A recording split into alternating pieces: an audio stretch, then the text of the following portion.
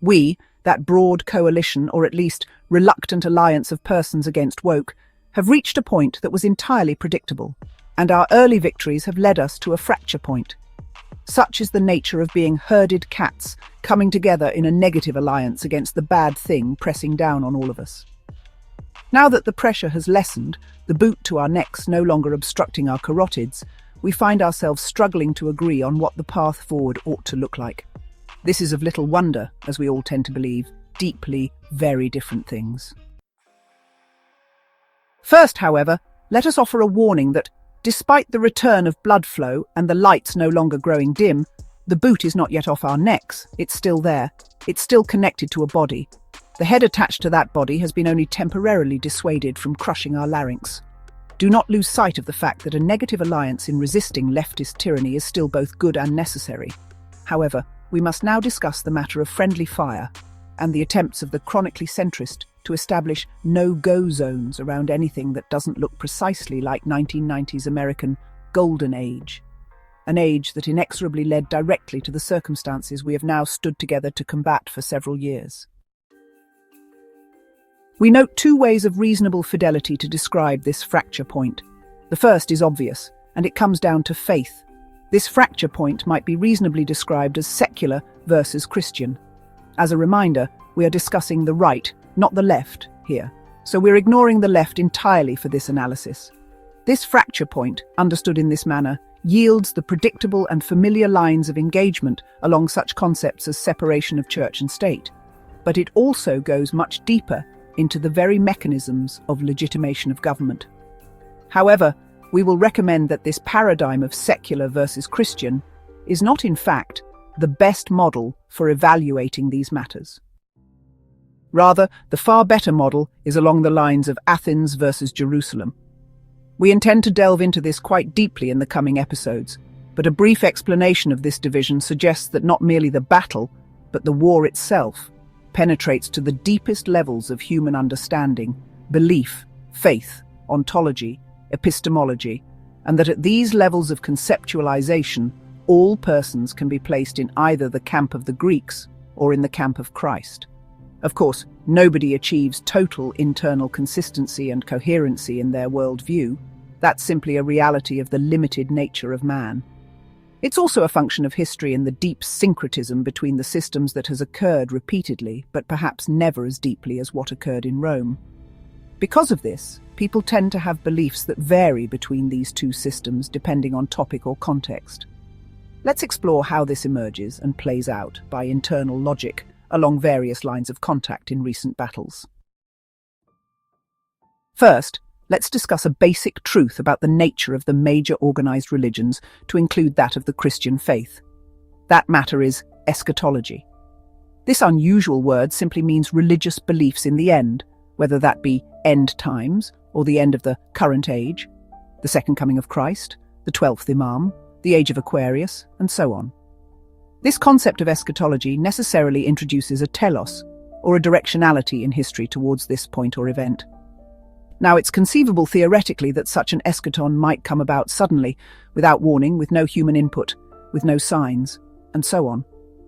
However, the reality of the eschatology of all religions we have even passing familiarity with suggests that no such eschatology as described actually exists. The closest thing to this is probably dispensationalism. But even this doesn't achieve this pure hypothetical unpredictability and immutability. Rather, the eschatology of all major religion systems points to some degree of a gradual process towards the eschaton. More than gradual, many beliefs suggest a process of human action and interaction that is influential in the achievement of the eschaton. The mullahs of Iran believe in an apocalyptic battle to precede the arrival of the 12th Imam, and there's some good reason to think that they might be aiming to engineer such a battle for that purpose. Dispensational premillennial Christians likewise believe in a final battle that will precede Christ's second coming, a fact that certainly has led to some American military adventurism in the Middle East, an outsized support of the State of Israel, and that might be perfectly happy to give Iran their apocalyptic war.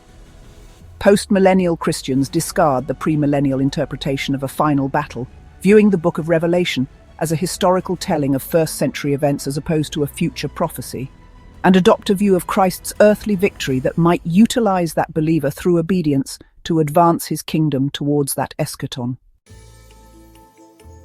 Of all the words that might be used to describe eschatology, there is one that stands out as being both technically highly correct, while simultaneously astoundingly misleading in practice. That word is progressive.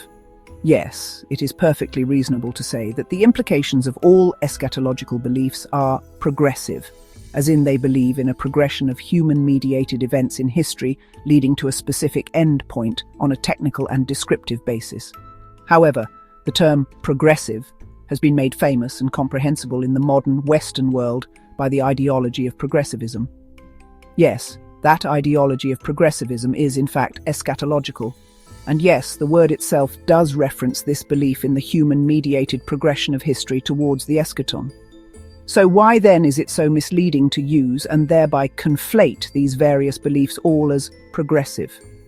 Simply because the popular understanding of the term progressive is inseparable from the particular beliefs and eschatology of the leftist faith, and that it, necessarily, carries with it the implication of dialectics. Now, let's look to another line of conflict that has become something of a circular firing squad of late. Christ is King. First, let's break this phrase down by how it's been used and how those uses have been largely viewed by the following camps. And please try to remember who these four camps are as we discuss.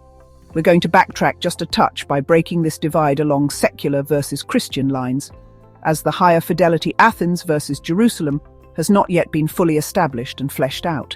This would take many thousands of words more to get through in that model, and secular versus Christian is reasonable in this instance. Group A, very online secular folks. Group B, very online Christian folks. Group C, unplugged secular folks. And Group D, unplugged Christian folks. And please do not confuse our use of folks to be implying Volkish nationalism. First, the pre-operational use of the phrase Christ is King was common among the faithful of all denominations, and stands as something of a shortening of the scriptural assignment of the title King of Kings, Lord of Lords, suggesting ultimate kingship over all. Group A, above, largely ignored this usage and didn't seem to read much into it. However, they also don't seem to have thought much into it, and the implications of it, which we'll get more into shortly. Group B, above, would have been familiar and comfortable with the phrase, and it would have been fairly non-controversial among them until deeper inquiry as to the eschatological implications of the various denominations set them against one another. Group C, above, was largely horrified by and militantly against this phrase even before the recent political warfare operations. Group D would have been, depending on denomination, varying degrees of comfortable and agreeing with it. Amidst the early stage operation, people began to shift in their engagement with the phrase Christ is King, as it rolled out and became established as a cudgel by aggressive non-Christians against Jews. Group A rapidly developed an offense reaction to the phrase, with varying degrees of discernment as to its use.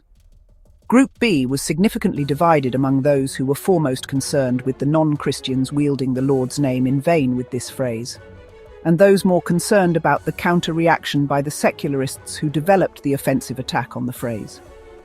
Group C largely became more militant in their opposition, and many used the opportunity to tar Christian uses of the phrase as identical to the blasphemous use as a cudgel by the non-Christians.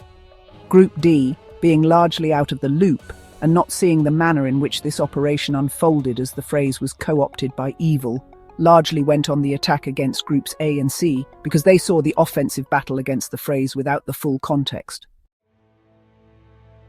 However, now that the dust has settled, we need to examine in a bit more detail where people continue to make errors here, and how that relates to broader errors being made that are dividing the coalition. Let's take this backwards from D to A. First, Group D has mostly withdrawn from this public-facing battle, and they remain, as always, divided eschatologically as to the implications of the phrase.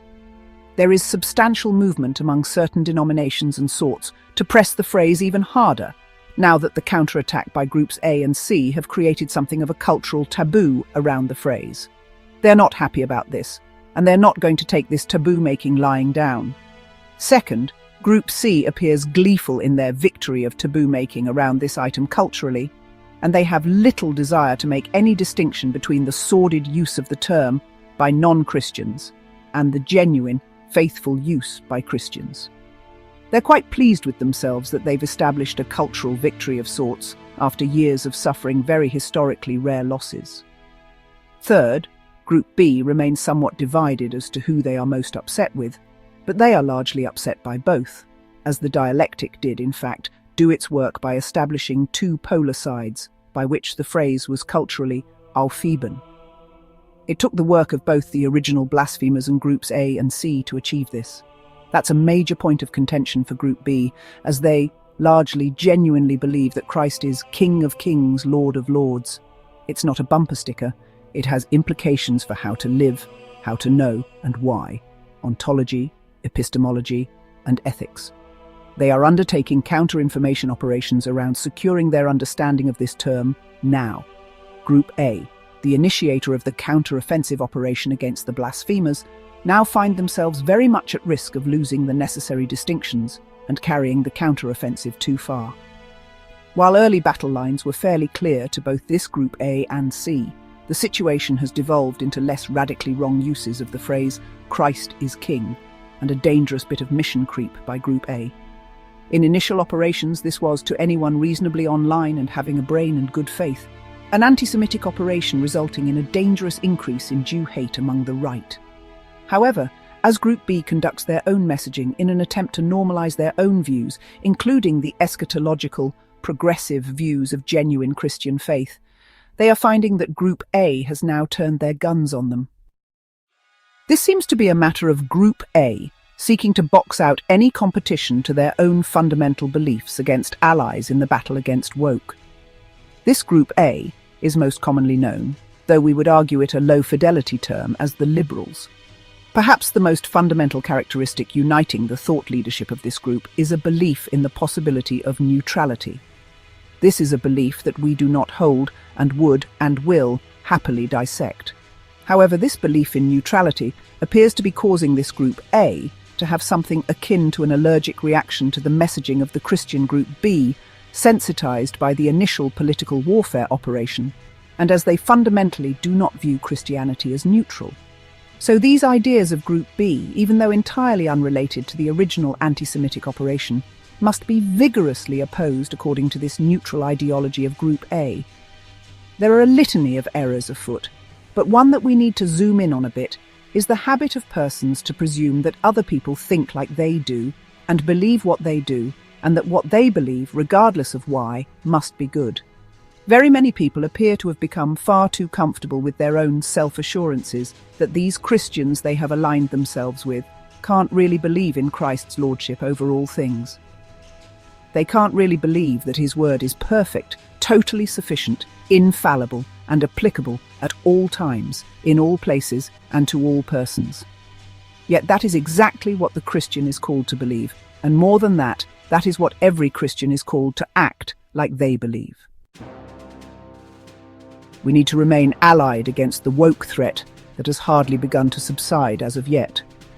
However, there's been a bit too much friendly fire of late. There's been a bit too many attempts at condition setting for victory, a bit too early in this war, and it risks shattering this alliance. We will ask that a ceasefire occur, and that we refocus some public messaging towards maintaining our negative alliance against wokeism. This hopeful future condition ought to avoid explicit attacks on the faith-level beliefs of those within the coalition.